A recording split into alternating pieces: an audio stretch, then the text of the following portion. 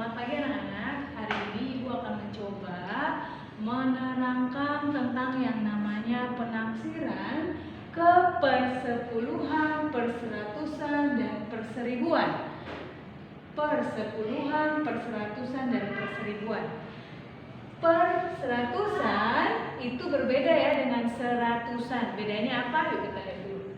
Ketika kita melakukan penafsiran, pahami dulu bahwa penafsiran itu apa artinya? Penafsiran itu kira-kira, ya. Jadi hasil yang didapatkan itu tidak mutlak, tidak sama persis, tetapi bisa mendekati. Itu kira-kira, perkiraan, penafsiran. Oke, anak-anak lihat. Ketika kita melakukan penafsiran ke persepuluhan, perseratusan, dan perseribuan, ada syarat yang harus kita lihat. Pertama itu adalah jika bilangannya 0 sampai 4, maka nilainya tetap atau sama. Nilainya tetap atau sama. Kemudian, jika nilainya bilangannya 5 sampai 9, maka ditambah 1 angka di depannya. Yang mana, Bu? Tergantung kita soalnya mau kemana dulu. Ke persepuluhan, perseratusan, atau perseribuan. Contoh, Bu, saya tidak mengerti di mana tempatnya yang namanya perseribuan, perseratusan, persepuluhan. Nah, anak-anak perhatikan di sini Ibu punya angka 3,234. 3,234. Dua yang di belakang koma ini kita sebut dengan persepuluhan. Persepuluhan berarti 2/10 atau 0,2. 3 ini disebut dengan perseratusan atau 3/100, ya. 3 namanya juga perseratusan. Berarti pernya itu dibagi dengan angka 100. 3/100 atau 0,03. Ingat, kalau 100 berarti dia ada 2 angka di belakang koma, ya. Nah, sekarang lihat, kalau ini, sekarang yang keempat. 4 ini menempati tempat yang namanya perseribuan atau 4/1000. Atau kita bisa bilang 0,004, ya. Nah, kalau Ibu punya, Bu, terus kalau yang misalnya ya, terus 2 yang di depan itu disebut apa? 3 yang di depan ini disebut apa? 3 yang di depan ini disebut satuan. Ingat ya, ini satuan. Bu tulis di sini. Bu, kalau saya punya misalnya angka di belakang, di depan 3 ada angka misalnya 7. 7 ini disebut apa, Bu? 7 ini disebut puluhan. Bu, kalau saya punya angka lagi di depan 7 ada angka 1. 1 ini disebut apa? Disebut ratusan.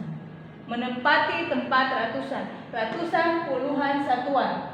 2 ini persepuluhan, 3 ini perseratusan, 4 ini perseribuan.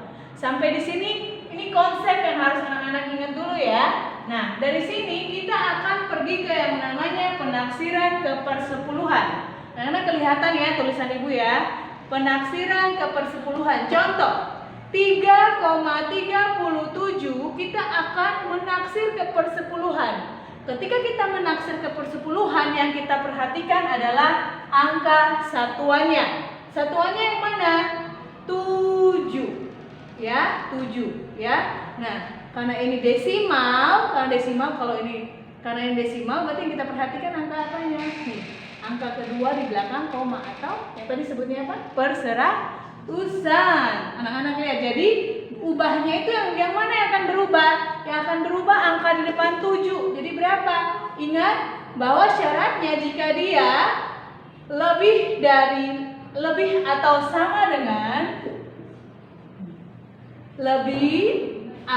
lebih dari 5 atau sama dengan 5, berarti dia itu akan ditambah 1 angka di depannya. Berarti yang berubah yang mana? Angka 4-nya ya. Berarti 3,4. Yang kita perhatikan angka ininya, 7-nya.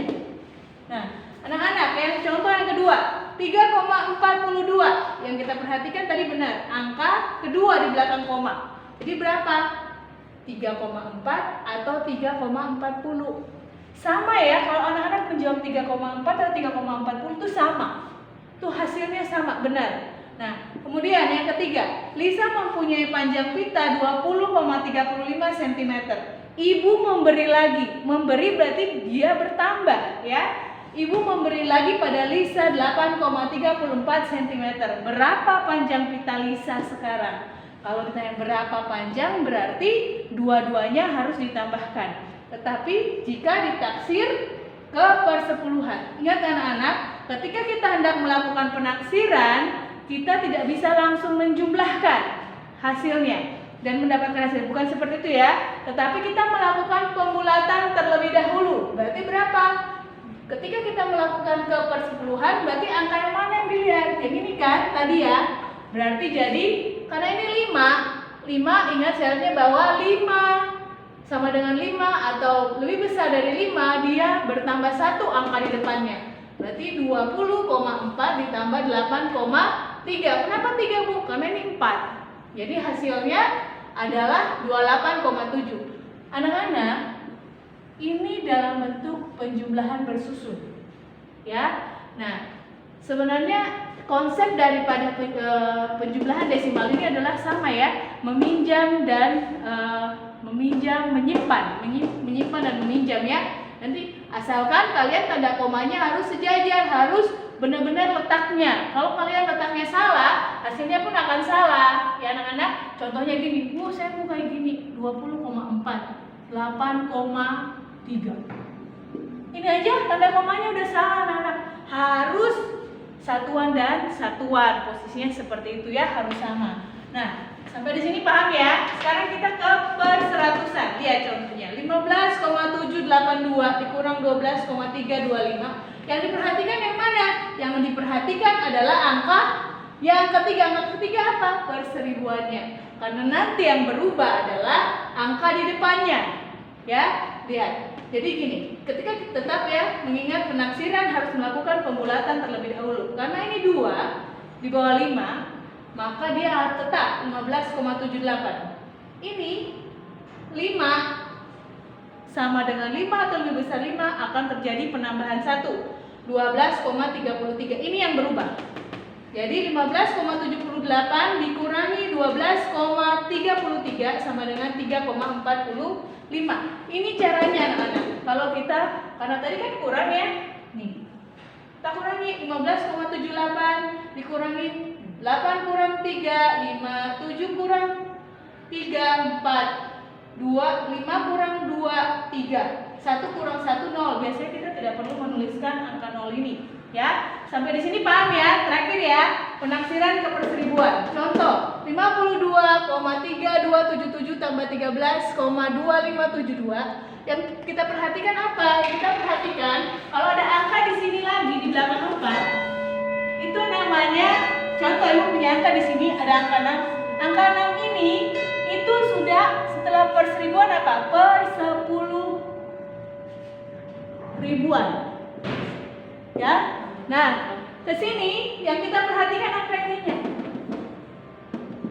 Ya, 72. Angka keempat di belakang tanda koma. Yang berubah yang mana? Yang berubah akan berubah angka di depannya. Jadi berapa? 52,3328. Kok bisa 8? Karena dia lebih besar dari 5. Nah, kalau yang ini dia akan tetap 257. Kenapa 257? Karena dia 2. Kalau di bawah 0 sampai 4 dia akan, 1. Ya, benar ya? 0 sampai 4 dia akan tetap ya. Nah, ini kita tambah, hasilnya 65,585. Sampai di situ ya. Jika ada pertanyaan boleh bertanya lewat WA. Terima kasih.